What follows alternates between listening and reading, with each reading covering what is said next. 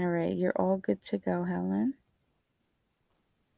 Hi, everyone. I'm Helen Cohen. I'm the founder of Long Island Branding Group, and I'm going to be talking about the history of branding and like branding 101, some of the basic important parts of branding.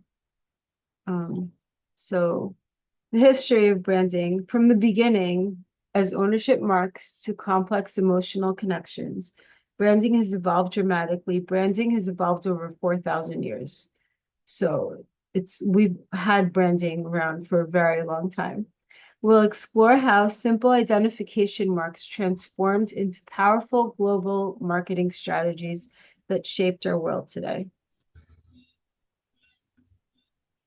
The origin of branding. So brander in Norse meant to burn, referring to the practice of marking livestock with hot irons.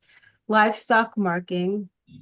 Farmers in 2000 BC used distinctive symbols to identify their cattle and prevent theft. Craftsman marks, artisans imprinted unique symbols on pottery and goods to indicate quality and origin. So Helen, we can you thought speak a we saw. little closer to the microphone? Some people are saying I it's should. Can quiet. you hear me? I can hear you. Some people just say it's quiet on their end, so they want to know if you can speak a little closer. Oh, just be louder. Yes, that's great. Okay, Thank you. sure. Um, So we've seen this a lot. I think like old pottery that was found and maybe like Persian rugs and old jewelry or gold coins. And we've seen markings from different tribes and civilizations and, cultures from around the world for a very long time. And, even archaeologists now can identify where things came from. And that is definitely a form of branding. Um, So the Industrial Revolution, we had mass production in the Industrial Revolution. So so many people were making, let's say perfume or body skincare products, different things. And in order to distinguish between each other, now we have multiple people in the same space, all fighting for, you know, attention and shelf space and whatnot. So branding really came in pretty strong here, and that's how people kind of stood apart from each other. So 1700 factories created need for product differentiation as goods became standardized. So more people were buying goods, and we needed to know what was what and who was making what. The media revolution, newspapers and magazines became essential marketing channels for growing businesses. So now we started with like advertising and it went beyond just packaging. Now there's advertising and promotion, then agencies. Dedicated advertising agencies emerged to help manufacturers reach consumers. So and then quality symbols. Logo evolved from ownership marks to symbols of consistent quality and reliability. So we really saw, from 4,000 years ago to now, a whole evolution in branding where it was very much location culture based and just, that area into now we're mass producing things and we want to differentiate between products and how marketing and media really capitalized on all of that, which we still see a lot of today. So the birth of modern marketing. Emotional connection, brands focused on creating deeper emotional bonds with consumers. So, like if you would imagine Starbucks, for example, and when you think of them, you don't think really too much about coffee, maybe different fancy coffees, but when you think about their ads, a lot of their ads are very much emotional. You see people hanging out with friends or their family, and just you see laughter, you see a nice ambiance. So that builds a very much an emotional connection. And then there's lifestyle marketing. So if you were to imagine somebody that loves fishing or to go to the beach and then they come out with their own line of t-shirts, with fish on them or different fishing um, quotes and maybe beach towels or fishing gear. So that's very much lifestyle marketing. Someone in this space can, you see a lot of influencers in that space. So if you have something that you really love to do, making products and selling products that are related to that will be really easy for you because you could just post your lifestyle and market it and then literally put a link in your bio, have products that match your lifestyle, and you have yourself a great business. So products positioned as enhancing specific lifestyles rather than just utility, right? Um, and with utility, so let's say you wanted to come out with your own brand of pots and pans because you love to cook, but you're not showing that to the world. Now, you're much more likely, if you were a chef or showing all your cooking videos online or getting out there, someone that loves to cook, being successful, sharing that, as opposed to just saying, I want to make pots and pans. So that's very much lifestyle marketing. Um, there's brand management. There's P&G pioneered dedicated brand management teams for each product line. So managing your brand. There's also public relations management, which is important. It's how you present yourself online in connection to your brand. And then television era. So television era TV advertising created powerful visuals associated with brands. This isn't so true anymore. So this was more true in the beginning. Now we have social media. So in the beginning of, after the Industrial Revolution, we went this way, but now this quickly all converted to social media. So think YouTube, Instagram, X, all of those platforms, Facebook. And then we have trademarks. So some cool facts. The first US trademark law passed in 1870, giving brands legal protection against counterfeiting. There was one really cool one with Delta Faucets and Delta Airlines, and they had a huge fight in court and they both won. They both won the rights to use that name because their businesses were so different. One was making more on the appliance like home renovation side, and one was an airline. And because the businesses were so different, they let them both exist even though they had exactly the same name. In most cases, that won't happen. If you're even a little bit similar to somebody else, that they won't let the two exist. So when you're thinking of a business name, it's really important to look up that nobody's using it. No one else is using it in the category that you want to use it. So the first US trademark law passed in 1870, giving brands legal protection against counterfeiting. Bass Brewery's Red Triangle became the UK's first registered trademark in 1876. Companies developed unique visual and verbal identities to stand out in the marketplace. Coca-Cola's script logo in 1886 and delicious and refreshing became an iconic asset. So you can trademark your name. You can also trademark your slogan. If you see people, if you get to a point where a lot of people are using your slogan, using it online, you think it's great, it's a good idea to trademark it so no one else can use it.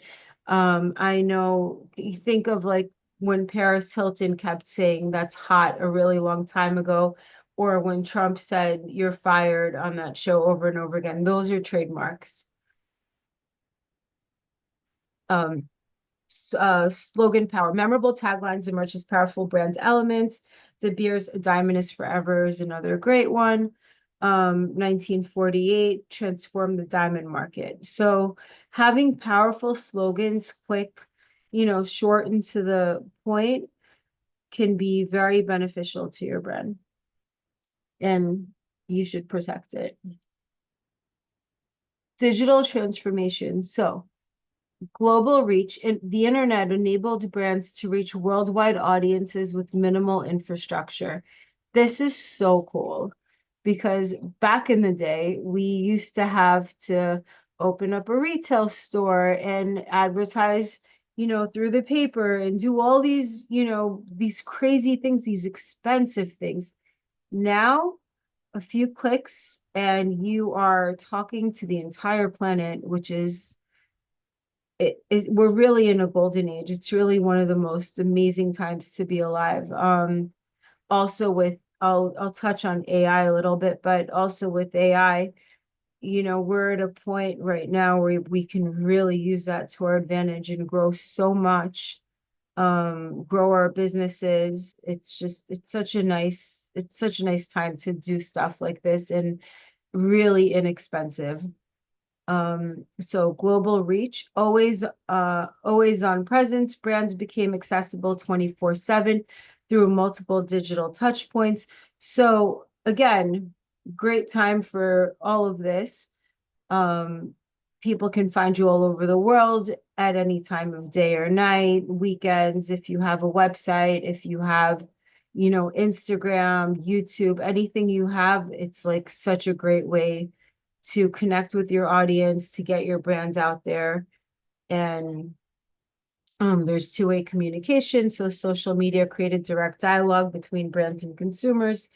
There are also many integrations you can use with this from AI where you don't have to respond if it gets really busy. You can program different AI programs to respond for you. Their software, ManyChat is one, which is really great. I don't if some of you may have seen sometimes someone will post on Instagram that they, anything and they'll say comment, you know, this word and I'll send you the details. So ManyChat has that feature. It's an integration and once the person comments, that app takes care of messaging the person that wants the information. So it's really so easy and takes some work off your plate. Viral potential. If your posts go viral, your products can sell at a higher volume, but also you can make money from having viral videos and viral posts. So you can make money two ways if you have a viral content.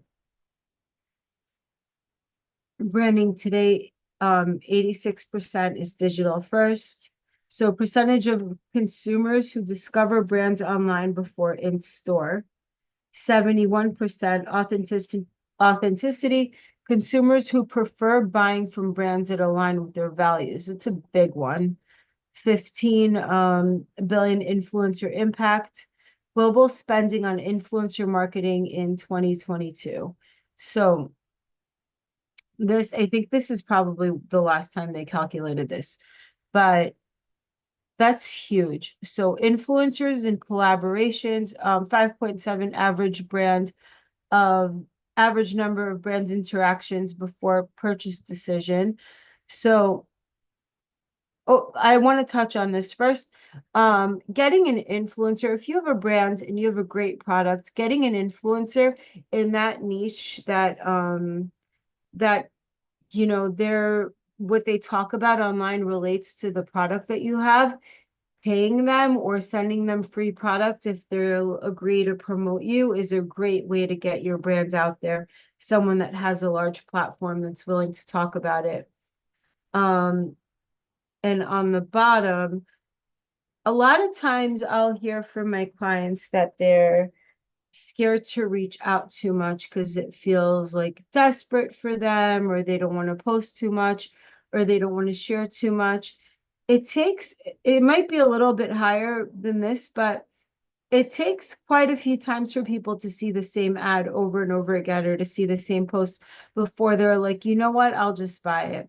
So reaching out often and putting your message out there often, every day, multiple times a day, will help, will definitely help send your message across. And if people keep seeing your message, the chances that they'll buy might be higher.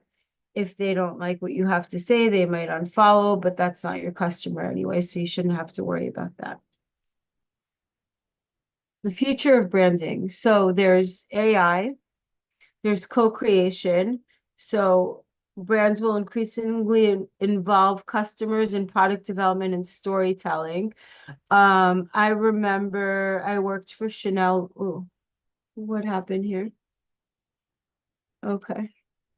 I worked for Chanel many years ago, and Chanel actually had a contest where if you developed a great color, there was a winner, and that color would they would come out with a lip gloss in the color of the that the person created, and they won like a small prize, but they got to create their own Chanel lip gloss. So that was pretty cool, and that was very much like done with the customers. There's also so there's co-creation, there's also co-creation in collaboration. There's also co-creation and collaboration. Some influencers, they do get paid or they do get kickbacks, but they'll co-create content with the brands. Purpose-driven, I'm sure a lot of you have seen purpose-driven social causes through brands. Tom's is one I like to bring up. For every pair of shoes that you buy, they give one away. I think that's a really cool cause. There are people that are dedicated to cleaning up the ocean and cleaning up the land, and brands that are just driven to do something good in the world with the money they make. So these things are pretty big. Let's see. Branding and positioning in entrepreneurship. Understanding branding, introduction to posting, integrating a positioning, integrating branding and positioning. What is branding? Branding is a process of creating a distinct identity and image for a product, service, organization through elements like your name, your logo, design elements, brand message. It aims to distinguish a product from competitors, foster customer loyalty, and establish an emotional connection with consumers.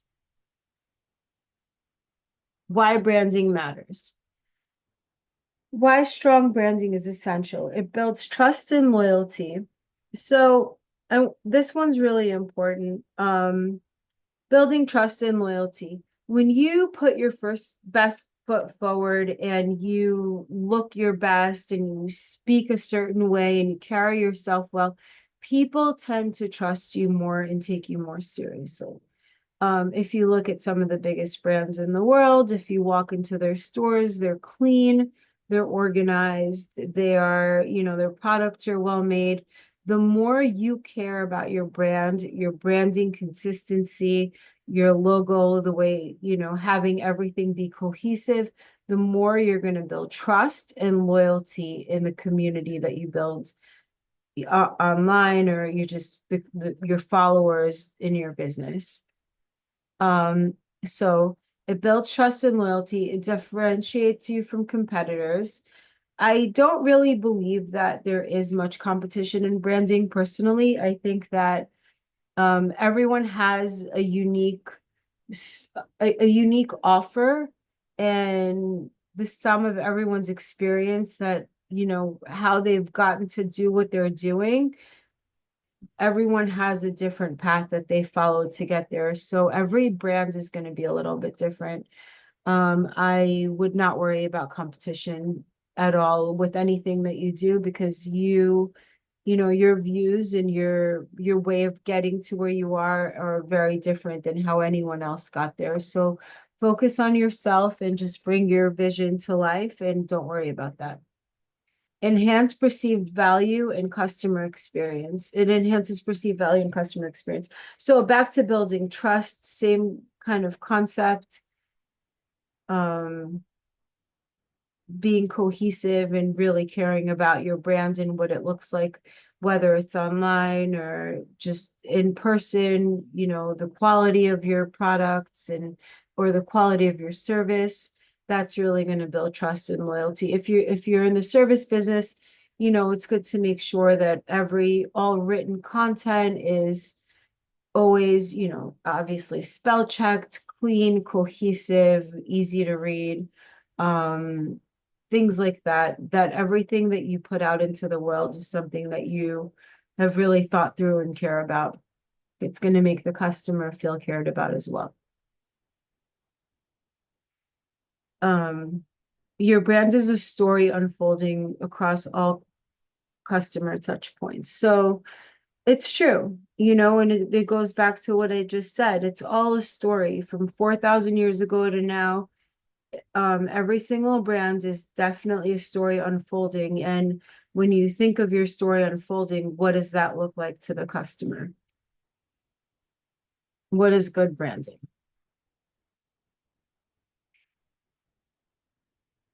Let's see. Okay. Good branding is evident when the effort you've put into the world yields success. It occurs when people recognize a font, hear a phrase, or see a color and immediately associate it with a particular feeling, an emotional connection that makes them think of your brand. The ultimate goal of branding is to build trust and leave a lasting impression on your target customers, creating a powerful and enduring brand identity. Typography, Coca-Cola. So I could take this font, the Coca-Cola font, and write any name on the planet in the Coca-Cola font and in red, and you will automatically think of Coca-Cola. They've done a great job branding. Coke in itself, we all know, isn't the healthiest drink in the world, but they're still doing great, have lots of business, and are very successful. So Coca-Cola this is the typography. The Coca-Cola logo with its unique cursive script is one of the most recognized logos globally. I think it is the most recognized logo. The flowing, friendly script suggests a sense of fun, tradition, and nostalgia, perfectly capturing the brand's image as a classic and universally enjoyed beverage. The typeface helps maintain the brand's heritage and enhances its global recognition, making it just as iconic as the logo itself. They've put a lot of effort into marketing, holidays, family, fun, share a Coke with a friend. So, and it's paid off over the years. It took them, many years to establish this much this much recognition, but they're definitely, I think, number one right now. Supreme. So the Supreme brand actually came into the market doing something pretty cool. It had a collaboration with Louis Vuitton and then another collaboration with Oreos, which drove sales up tremendously, even selling out Oreos. So they were very strategic. They used the collaboration, and they did great for themselves. A lot of people recognize them, not all, but they're pretty famous. They've gone on to do other things with other big brands. So bold, italicized, Futura, heavy oblique, and then Supreme's logo typeface is simplistic yet bold, mirroring the brand's streetwear identity that appeals to a youthful, rebellious audience. The straightforwardness of the font, combined with its bold, slanted style, captures the brand's edge and its unique urban influence. The typeface itself has become recognizable as a brand's logo, demonstrating the power of strong typographic choices in branding. So after Supreme, many, many brands and graphic designers and so many people started using this font. It's very common to see this font, and it's very much associated with, again, the straightforwardness, like being a younger font, cool, youthful. I know that Glossier, which is a skincare company, has done quite a few things using this font and another font, but it became very popular very quickly. In New York Times, so many people know this one. The typographic choices for the New York Times convey a sense of authority and credibility essential for a leading news outlet.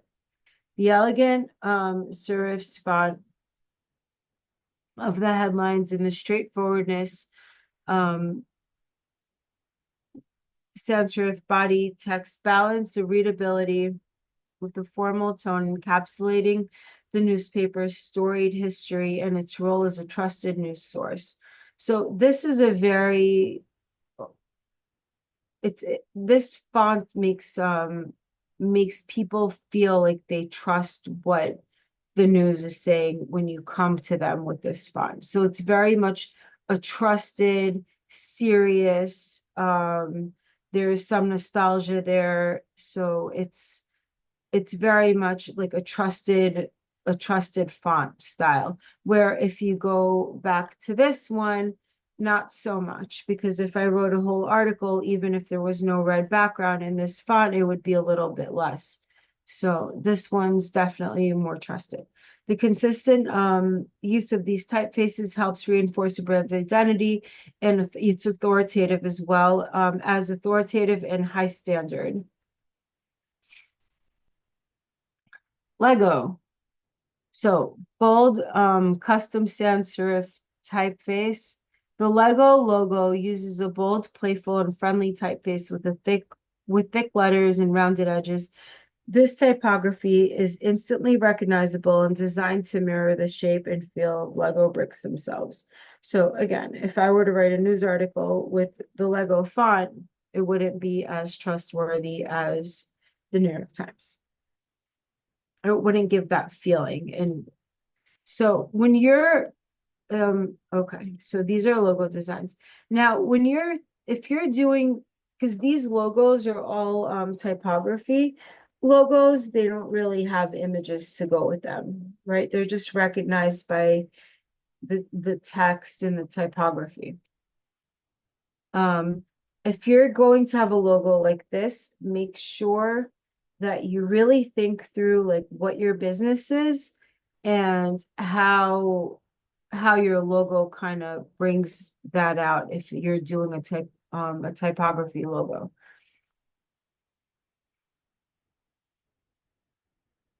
Here, Apple. So Apple doesn't have Apple at all. It's an Apple. That's their logo. It doesn't say it, and it's just that the bit in Apple. So Apple's logo is one of the most recognized symbols worldwide. Not as much as Coke, though. The simplicity of the design, um, an apple with a bite taken out, speaks to the brand's ethos of simplicity and ease of use in technology. So Apple had a very long road and nothing was easy for them until it was. So I guess this is pretty cool. The logo is so iconic that it often appears without the company name and is still universally recognizable. This level of brand recognition reinforces consumer loyalty and signifies quality and innovation.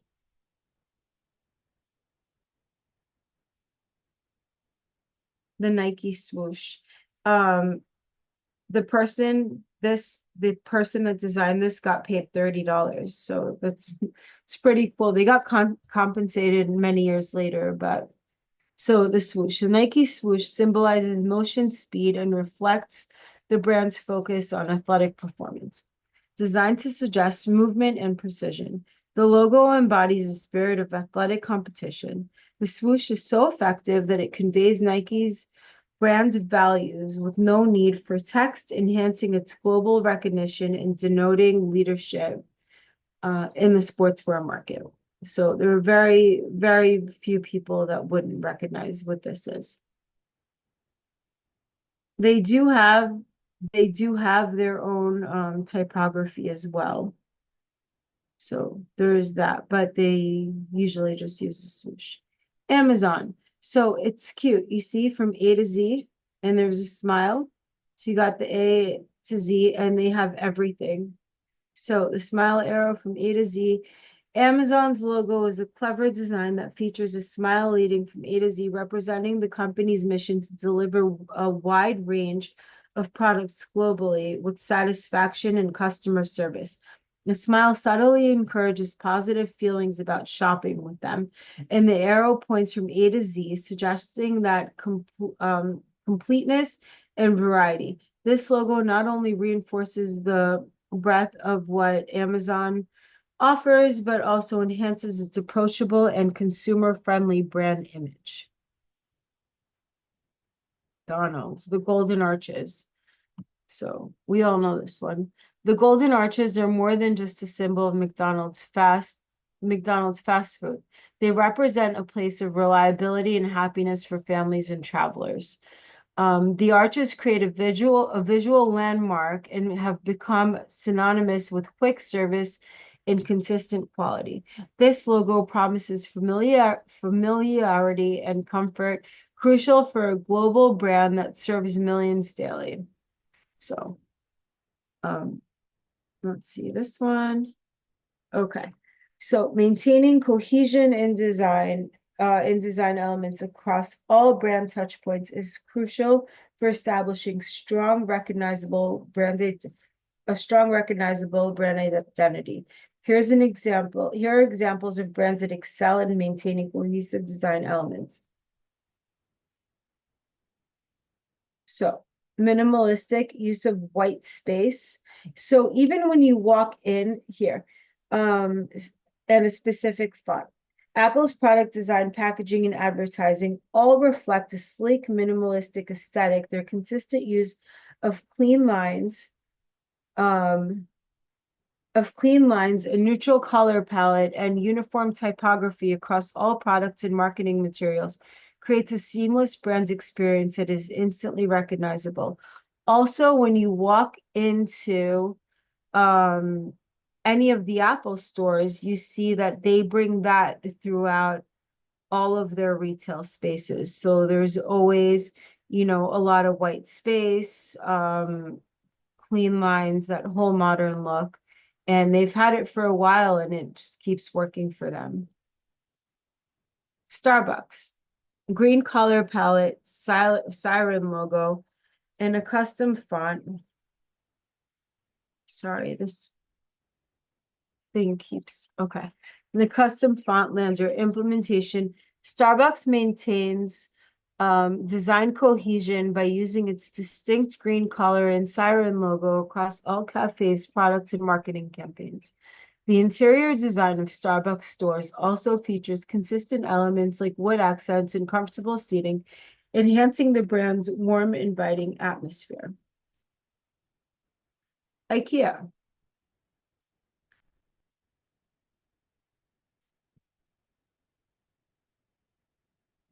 Sorry. Okay. Blue and yellow color scheme, the Verdana font, and functional design. IKEA uses its Swedish heritage colors of blue and yellow, not only in its logo, but also in store layouts and employee uniforms. The brand's focus on simple, functional design is evident in its furniture and overall store aesthetics, which align with its mission of providing affordable quality home products. What is brand positioning? Positioning is defined on how you want your brand to be perceived in the marketplace. Sorry, I have this the window covering some of the words, so I keep having to move it around. In the marketplace, it's all about carving out a unique space in the consumer's mind. Positioning versus branding. Branding, the overall identity and image of your brand. Positioning, the strategy used to establish your brand's unique place in the market. Positioning strategies, identifying your target audience, use market research and customer personas, define demographics, psychographics, and behaviors. Competitor analysis. Identify direct and indirect competitors, analyze their strengths, weaknesses, and positioning strategies. This is something most entrepreneurs do naturally. They recognize a need for or a lack in their respective space. Creating a positioning statement. Example, for health-conscious consumers, Green Foods is the organic snack brand that delivers a great taste and health benefits.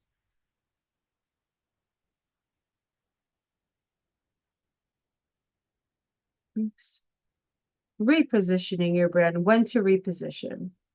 So, reasons to reposition, market changes, new competition, and brand identity evolution.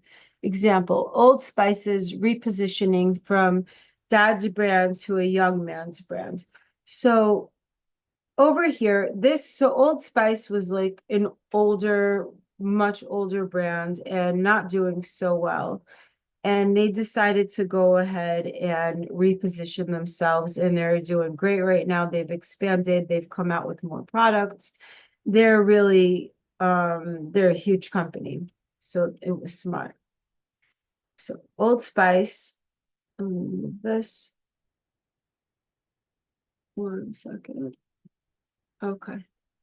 um Old Spice, founded in 1937, Old Spice is a well-established brand known for its men's grooming products, especially antiperspirants and body washes.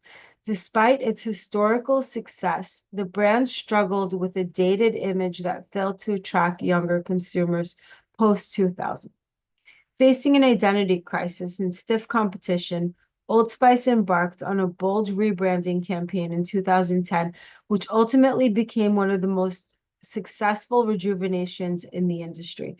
So, in and iconic. So, Old Spice is bold. Well, let me see. I want to play this for you. So, hold on. I will not start it yet. Old Spice's bold rebranding kept only its name, transforming its image and tone to attract younger consumers. The centerpiece was the man your man could smell like. Commercial featuring Isaiah Mustafa, which debuted online and became an instant hit. This humorous, quirky ad and its follow-up response campaign on YouTube revitalized the brand with Mustafa's character and subsequent ads featuring Terry Crews, solidifying Old Spice's appealing, humorous new identity. And I'm going to play it for you. Hello, ladies. Look at your man. Now back to me. Now back at your man. Now back to me. Sadly, he isn't me. But if he stopped using lady-scented body wash and switched to Old Spice, he could smell like he's me. Look down. Back up. Where are Sorry. you? You're on a boat. The man, your man could smell it. What's in your hand? Can you guys see it? Jennifer, are you there? Yes, I can see it. You can see, okay, so I'm sharing my full screen. Yes. Okay. It's you can watch the video. Yes. Oh, okay, just checking. Okay. Hello, ladies. Look at your man. Now back to me. Now back at your man. Now back to me. Sadly, he isn't me. But if he stopped using lady-scented body wash and switched to Old Spice, he could smell like he's me. Look down. Back up. Where are you? You're on a boat. The man, your man could smell it. What's in your hand? Back at me. I have it. It's an oyster with 2 tickets to that thing you love. Look again. The tickets are now diamond. Anything is possible when your man smells like Old Spice and not a lady. I'm on a horse. And I'm sure so many people know that classic jingle at this point because it's become so popular. Then there's this Coca-Cola. Um, wait, what is that?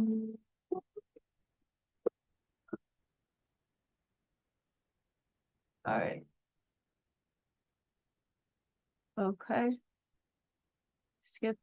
I'd like to buy the world a home and furnish it with love. Grow apple trees, honey bees, so I settle down. I like to teach the world to sing with me. So I'm gonna take a second here.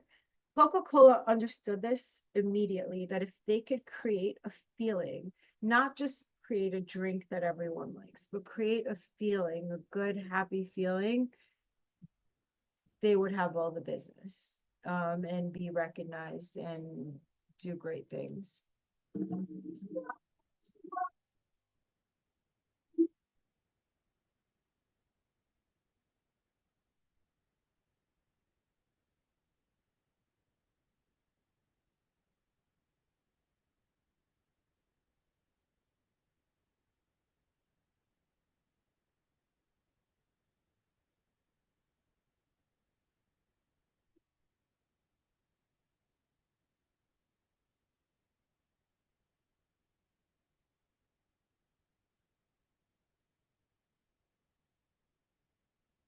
My boyfriend and I had the Oh, sorry. Okay, so this is like totally a big feeling, right? So they understood very early on, 1971, this ad featured a multicultural group of young people on a hilltop in Italy singing about wanting to buy the world a Coke. It's a simple, hopeful message of unity, peace. A simple, it's simple, hopeful message of unity and peace resonated globally, becoming an iconic moment in advertising history. So this is a very iconic ad. Dove did this. This is really cool. So this again goes back to giving your customers and people a feeling. Has absolutely nothing to do with soap or skincare. So this campaign challenged women's perceptions of their physical appearance in a profound way. It featured an FBI trained sketch artist who drew women first based on their own descriptions and then based on strangers' descriptions. The stark contrast between the two sketches highlighted how critical women are of their own looks and encouraged self-love. I'm gonna play this one too.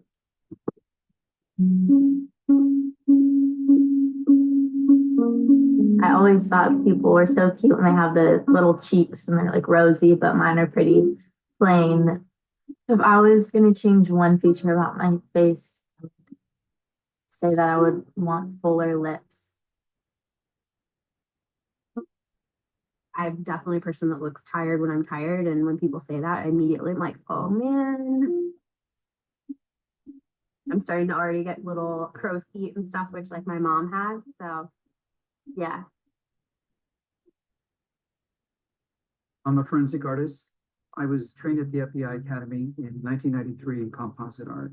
Worked for the San Jose Police Department as the police artist from 1995 to 2011. We didn't really know what we were doing, so that was nerve-wracking for everyone.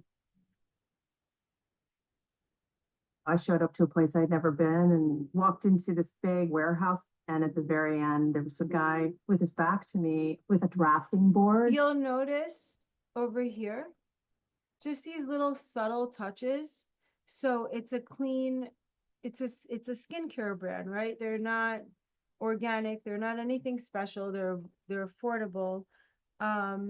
They are, all their packaging is very, very like white boxes, white whatever, and over here they have a table, a couch that looks like it would be in a spa. They've done like the white drapes. So they're very much trying to give that feeling of clean spa-like environment, like a beauty clean environment. And at the very end, there was a guy with his back to me with a drafting board. I had a curtain separating me so that I don't see him. We'll begin. First of all, tell me about your hair. Brown, long, I guess a little bit past my shoulders. Your jaw. My mom told me I had a big jaw. Yeah, they're brown eyebrows, dark brown eyebrows. Okay. I didn't know what he was doing, but then I could tell after several questions that he was drawing me. Tell me about your chin. I guess I haven't really compared it to anyone else's chin, but especially when like I smile, I just feel like it kind of protrudes a little bit. What would be your most prominent feature? Kind of a fat, rounder face. The older I've gotten, the more freckles I've gotten. You sort of realize, oh man, now I have to talk about myself and think about my looks. I'm 40, so I'm starting to get a little bit of the crow's feet thing going on. Once I get a sketch, I say thank you very much, and then they leave. I don't see them. I still didn't know. All I had been told before the sketch was to get friendly with this other woman, Chloe. Today, I'm going to ask you some questions about a person you met earlier, and I'm going to ask you some general questions about their face. She was thin, so you could see her cheekbones. And her chin was a nice, thin chin. the women were really critical about moles or scars or things like that. And yet they were describing just a normal, beautiful person. She had nice eyes. They lit up when she spoke and were very expressive. The length of the nose, what is that like? Short. Short. Yeah, cute nose. Her face was fairly thin. She had blue eyes, very nice blue eyes. Okay.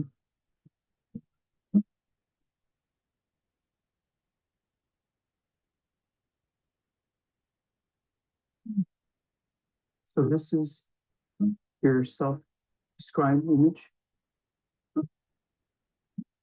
And then somebody else described you in light of this sketch.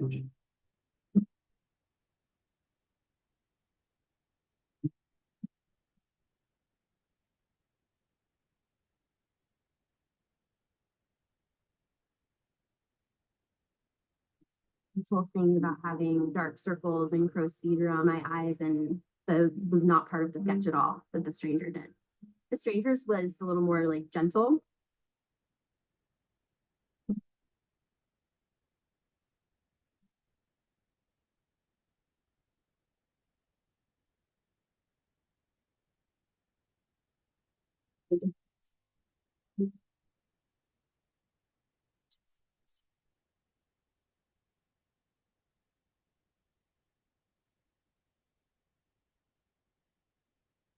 She looks closed off and at her. It just looks kind of shut down.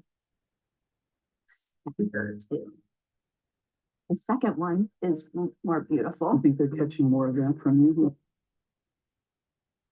So with this one, I'll let it play out, but they really took, you know, they took the whole like inspiring women to love themselves more and feel better and feel stronger and all of that, and being a beauty company or skincare brand, tying that together. So it didn't necessarily have anything to do with what they were doing, but it also did, because we're talking about like inner beauty, how we see ourselves. This is also iconic. I don't personally buy Dove. It has chemicals. They don't promote any of these brands, but they do a great job with branding and putting the message out there. And there's definitely a lot to take away from this. I'll let the video play out, Yeah. and then we'll go on to the next. She looks like more open and friendly and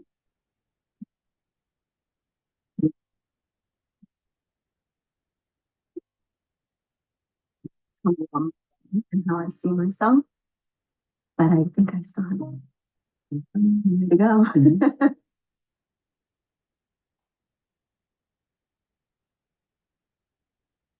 So that's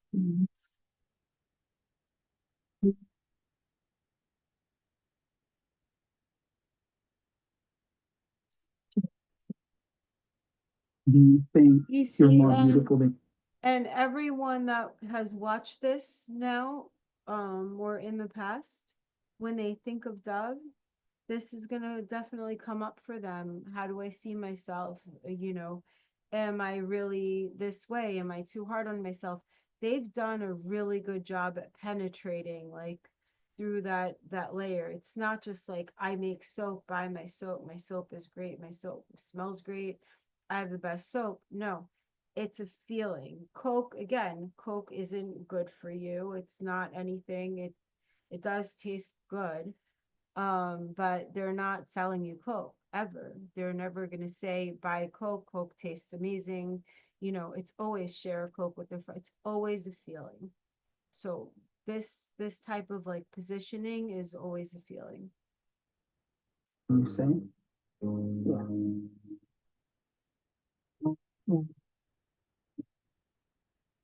Chloe's perception was so clearly different. Her picture looked like somebody I thought I would want to talk to and be friends with, like a happy, light, much younger, much brighter person. he really did do exactly what I told him. Is that what I'm telling people, is that how I think people should treat me? I don't want that. I almost looked like I had described myself as someone that was angry and dark. It really affected me. I think it's going to affect me for a long time. It's troubling. I should be more grateful of my natural beauty. It impacts the choices and the friends that we make, the jobs we apply for, how we treat our children. It impacts everything. It couldn't be more critical to your happiness. Our self-perceptions are generally kind of harsh and unbecoming when really that's not how the world sees us. Spend a lot of time as women analyzing and trying to fix the things that aren't quite right. And we should spend more time appreciating the things that we do like.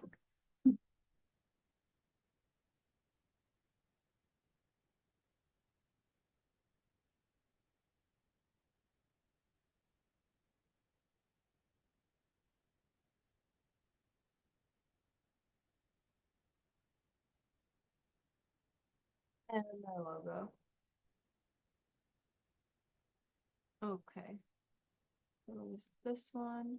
Let me just X out of that.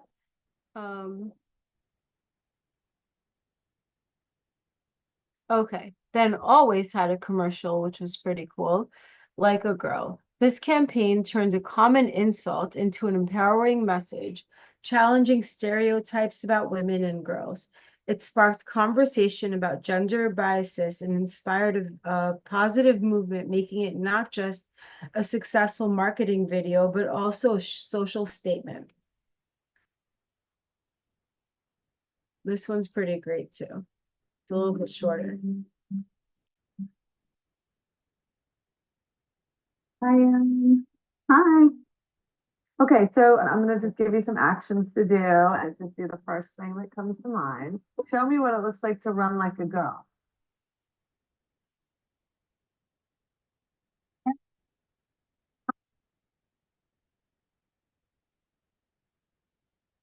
Show me what it looks like to fight like a girl. Now throw like a girl. Aw, my name is Dakota and I'm 10 years old. Show me what it looks like to run like a girl. Throw like a girl. Fight like a girl. What does it mean to you when I say run like a girl? I mean, run fast as you can.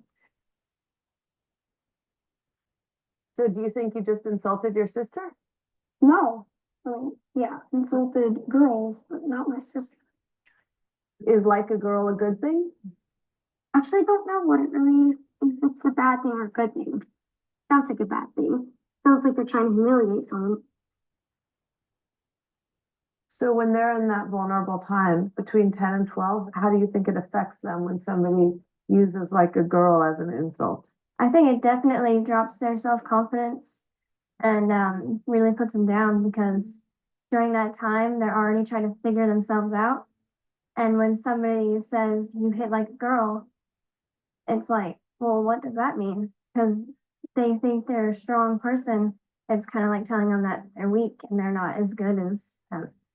And what advice do you have to young girls who are told they run like a girl, kick like a girl, hit like a girl, swim like a girl? Keep doing it because it's working.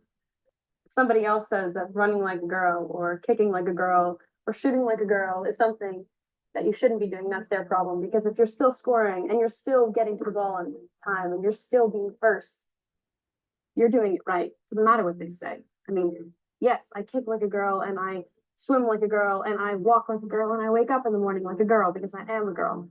And that's not something that I should be ashamed of. So I'm going to do it anyway. That's what they should do. If I asked you to run like a girl now, would you do it differently? I would run like myself. You like a chance to redo it?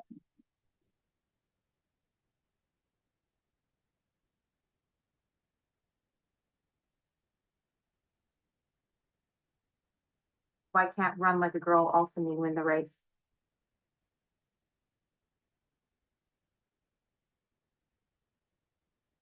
So always, it's a feminine products company, and this ad is also iconic and fantastic.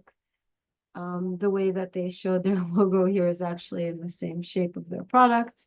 And they, you know, what they make is not a complicated product. It's a simple product. How do you stand out and sell it with a feeling? So giving your customers the feeling of feeling empowered, feeling good, feeling seen, feeling validated. In this case, you know, taking away like a stereotype and or well, like a girl, like that's supposed to be a bad thing, but it's not a bad thing. It's, you know, people think of it as like derogatory, but it's not. It's great. So being anything is great. So like a girl, brilliant ad, brilliant positioning. Over here. Brand identity is the visible elements of a brand, such as color, design, and a logo that identify and distinguish the brand in consumers' minds.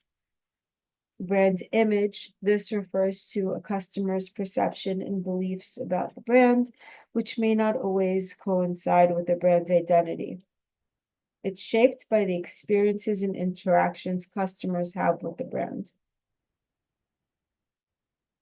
Brand positioning, this involves a process of positioning your brand in the mind of your customers. So like everything I just showed you, effective positioning conveys the uniqueness of your brand to your target audience compared to its competitors.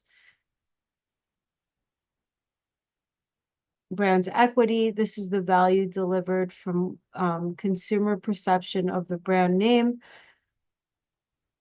of a particular product or service rather than from the product or service itself. And it's how your customers perceive your company, not just the product. Brand experience, this includes all the interactions people have with the brand, every touch point a consumer interacts with regarding the brand influences their overall perception and feeling about the brand. And brand loyalty, a strong brand builds a consistent, ongoing preference for one product over competitive offerings because of its established trustworthiness and quality. The overall goal of branding is to attract and retain loyal customers by delivering a product that is always aligned with what the brand promises. And that's it for this part, and I'd like to open this up for questions.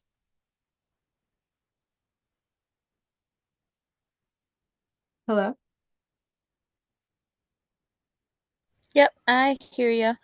So if anybody wants to unmute and ask any questions, let me just see. There are 2 other people I need to give the capability to.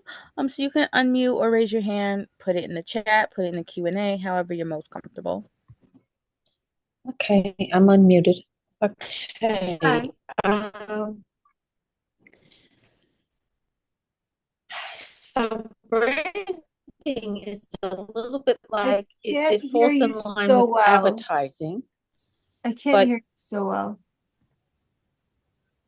Okay, because that's going the wrong way. So branding is more or less a form of advertising, correct? It's everything. Not really. So there is advertising. You can advertise your brand, but it's your logo, it's your brand kit. Okay. Your logo, your brand kit, your slogan, what your brand is, what your brand's mission is.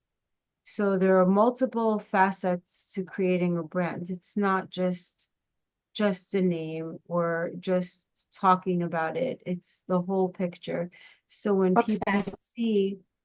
people look at, Long Island Branding Group, that's my brand. So when people think of this, they go to my website or see anything that I've posted about it, they're like, oh, you know, Helen does X, Y, and Z, and they keep everything cohesive and consistent. So a brand is it's everything. It's your messaging, it's your positioning, it's everything that your company encompasses. Okay. All right, that's But fair. advertising helps. Yeah. No, but you get your logo and your brand first, and then you advertise it as your second Yes, you defense. promote. Oh, Yeah, you can promote it. So I would do your. I would create a plan and create your logo, create a slogan, create your brand mission statement, what the brand is about. Decide whether or not you want to be a brand with a mission, like if you want to donate a portion of what your company makes to a cause that Okay. you're passionate about. You know, you can make all those decisions. You don't always have to do that, but some companies do, some companies don't. Just really put a nice plan together of what you want your company to look like in the mind of the consumer. So you're kind of taking yourself out of the equation. Like if I have gum over here, so if I were to sell this, I wouldn't be like showing you the gum or talking about the gum. Definitely wouldn't be talking about the ingredients in the gum because nobody wants that. This is icebreakers, so I'd probably create some type of like, you know, commercial of like pandas in or polar bears. Thank you, polar bears in in Antarctica or somewhere like freezing cold. Something silly like that, maybe fighting over the scum and then one of them wins, or because it's icebreakers and the whole packaging is ice. So I would go that way. So again, like if you have a product, I wouldn't necessarily just keep talking about the ingredients. I would definitely talk about the story, introduce yourself, say why you created the product. That's important. A brand story is definitely important, but from there I would go into just creating more of a feeling for customers, whether it's something funny like this or there's another funny let me see if I could find it. Hold on, this is cute. It's a little quirky, but this is an iconic. I'm watching.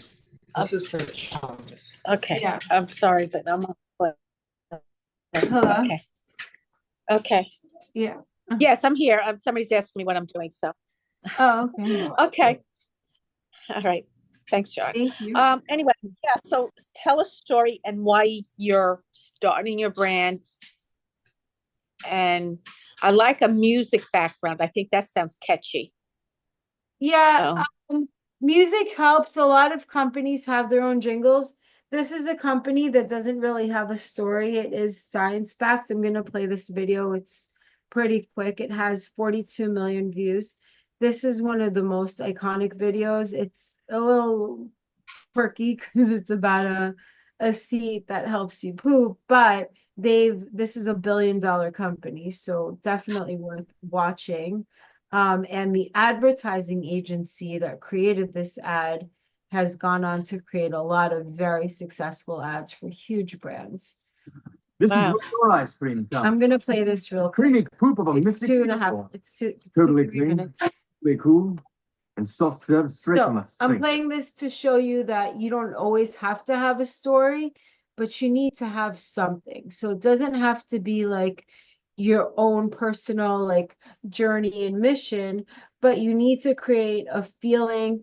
And in this case, it's a squatty potty. So how do you sell something like that and make it fun and not gross and all about poop?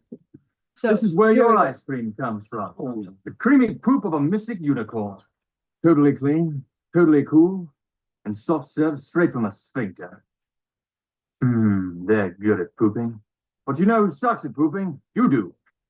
That's because when you sit on a porcelain throne, it's muscle gets a kink in the hose and stops the Ben and Jerry's So you see sliding out here, smooth. they don't have their own story of like, I guess, the guy or girl that realized that that was, a problem with modern day toilets. But there is science in this video. So that part builds trust, and anyone can go look this up. I'm sure they'll get, the science behind it, but there is definitely science in this video, so it's good. Is that a problem? I don't know. Are hemorrhoids a problem? Because sitting at this angle can cause hemorrhoids, bloating, constipation, and a bunch of other crap. And seriously, unicorn hemorrhoids? The glitter gets everywhere. But what happens when you go from a sit to a squat? Voila, this muscle relaxes and that kink goes away faster than Pegasus Lane's sweet sherbet dookie. Now your colon's open and ready for battle. That's because our bodies were made to poop in a squat, and now there's a product that lets you squat in your own home. Introducing the Squatty Potty. No, Squatty Potty is not a joke. And yes, it will give you the best poop of your life, guaranteed. I don't just mean you bloated lords and hemorrhoidal ladies. I mean everyone. Pink, unpink. Pink, unpink. It's simple science, really. Can't get the last scoop out of the carton. With the Squatty Potty, you get complete elimination. Spend too much time on the chamber pot. The Squatty Potty makes you go twice as fast, so your money back. I stream, you stream, and plop, plop, baby. Maybe you're sore from squeezing out solid gobs of Rocky Road. The Squatty Potty gives you a smooth stream of froyo that glides like a virgin swan. Plus, when you're done, it tucks neatly out of sight, thanks to its innovative, patented design. Truly a footstool fit for a constipated king. So, if you're a human being who poops from your butt, click here to order your Squatty Potty today at squattypotty.com. You wish you tried it years ago. And if you don't trust the prince, how about your doctor? Dr. HuffPost, NPR, Men's Health, Howard Stern. He pooped. So again, they're doing the whole, they did science and then they did backed by certain people. So they're giving this quirky out of the box, product. They probably got laughed at when trying to find investors or trying to grow this in the beginning. And it is, I'm pretty sure this is $1 billion company now. They're giving themselves clout and credit, which is amazing. Bust. They're all crazy about the Squatty Potty, not to mention the 2,000 Amazon users who gave the Squatty Potty 5 stars, including the author of this moving haiku. Oh, Squatty Potty, you fill me with endless joy, yet leave me empty. So order your Squatty Potty today. I'm not saying it will make your poop as soft as this cookies and cream, but I'm not saying it won't. Squatty Potty, the stool for better stool. Pooping will never be the same. And neither will ice cream. One for you, very good. How does it taste? Is that delicious? Is that the best thing you've ever had in your life? There you are. Okay. We have another question. Sure. Moonme, if you want to unmute. Hello?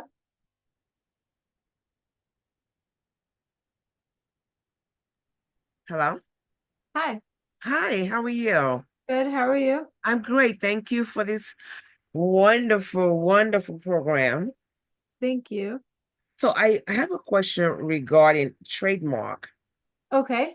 And do your company does trademark as well? I do, yes. Yes. So is it like I just have to pick what I want to do?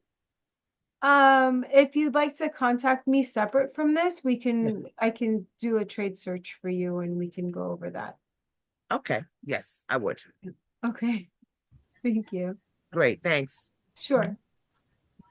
We will separately this Saturday have a workshop just on understanding trademarks and patents.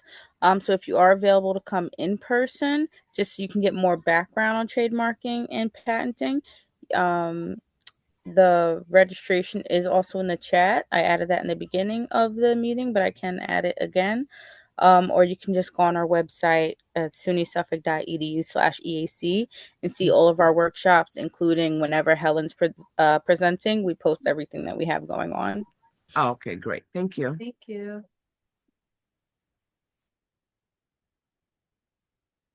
Do we have any other questions?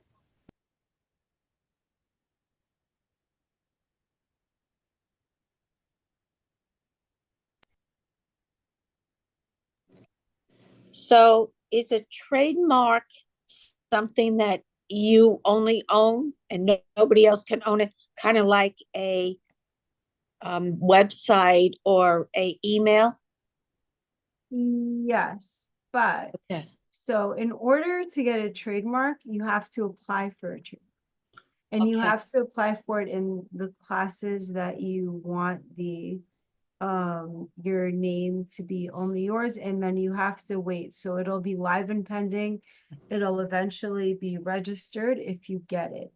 Now, not every name can be trademarked. There are I recently did one. All of my trademarks have always gotten approved, but I recently did one that didn't because it said Premier Mining Experience. So the trademark office responded with 1,000,001 reasons why this can never be trademarked. Premier means first, which is they're not the first. So you can't use certain words because if they're not true, you won't get trademarked. Now, I thought it was a great name. No one else was using it, but no one else will ever use it because it's not really descriptive. It's not really a company name. It's Premier Mining Experience, and it's not possible. They didn't show enough mining on their website. It was definitely more workshops. So there was no way to save that for them. So not every name gets approved. Something to keep in mind now that I understand that a little bit more. I could help. I'm sure the trademark course in this program will help a lot, will help you guys understand. But when picking a name, you want to make sure that it's something that is not used by anyone else. Do a thorough search, do like an internet search as well. If you're claiming to be the first in use and someone else has a name and has been using it before you, and it's not trademarked, you might run into an issue. They might dispute it. So you really want to be very thorough when you're trademarking. Okay, great. Yeah.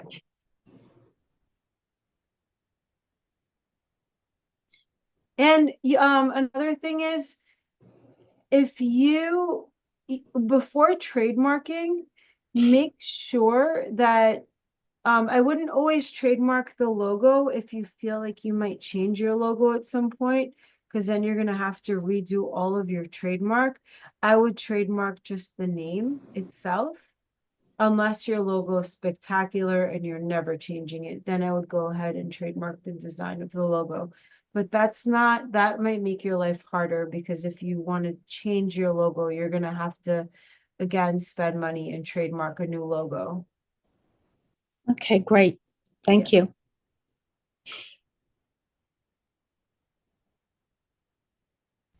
Do we have any other questions? This is Wumi again. Hi. I just wanted to be clear in your last statement. Yeah. You said do not trademark the logo, but trademark the name. Yeah, so let's say this is a logo over here, and Okay. Overall is the name. I would trademark overall and not this picture, because if you want to change this picture and change the logo, and logos do evolve over time, then and then you decide to change it, unless you love your logo. If you have a logo that you're like, I'm gonna have this forever for the life of my company, and this is it, definitely go ahead and trademark it.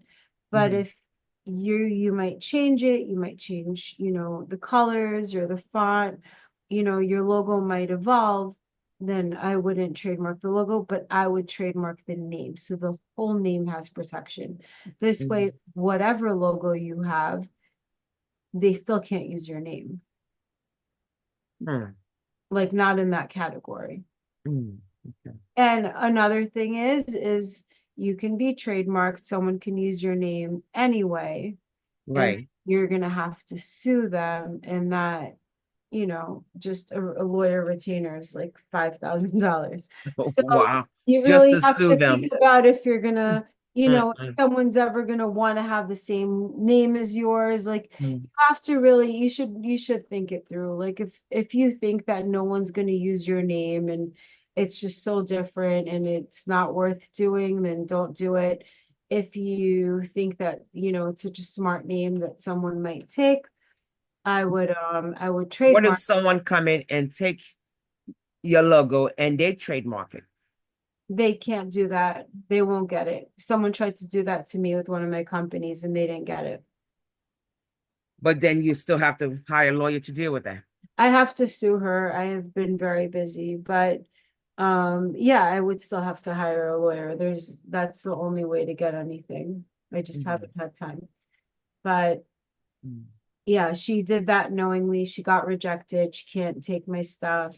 She's Mm. using my name, one of my company names anyway, and many people have, and I've told them about it, and they took it down right away and stopped using it. But Wow. yeah, there's one that's like a little difficult, and it happens.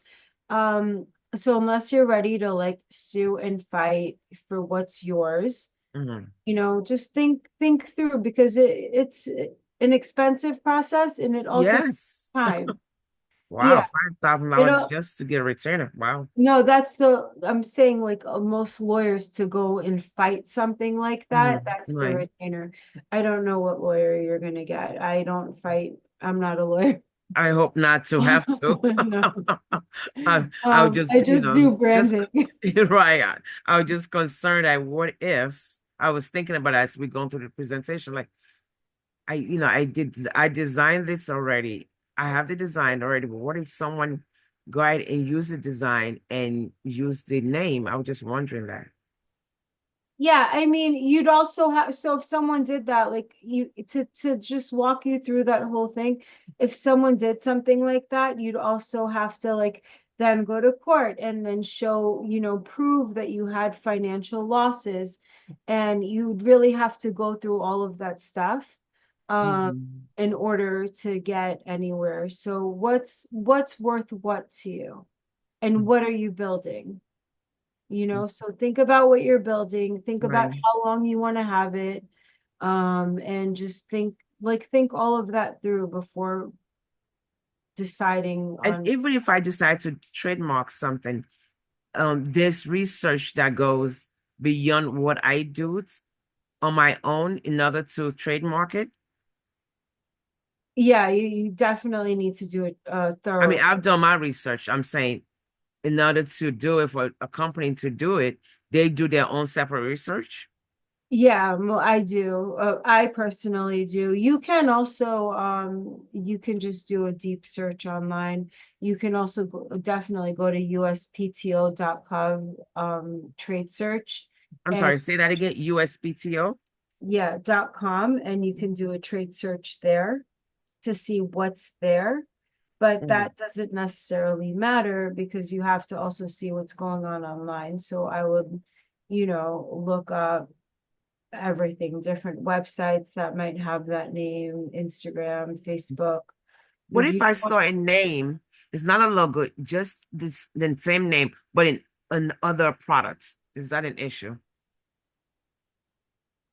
it depends if it depends if the products are similar to yours or not. Because if someone's been, selling something since 2020 and now it's 2025 and you're selling the same thing with the same name, and they see that you're trying to trademark and they go fight it in court, they'll probably win. Right. I'm saying it's the same And name, the but trademark different lawyer might products. not even, what does that mean, different products? I saw it. I saw it in they selling something else other than what I'm selling, what I'm going to be selling, but it's the Like, same name. how different? Very different. Are we talking like car parts and makeup? No, no, together? no, Like, is it that different? no, no, no, Or no, is it closer together? no. No, it's not cars. No, Something. I'm just saying like the difference between the two. Is it like two totally different industries? Yes. Okay, if it's different industries, it might be better. But if it's in the same industry, like if someone's selling a shampoo and you come out with a hair oil, you Mhm. might have a problem, Right. Okay.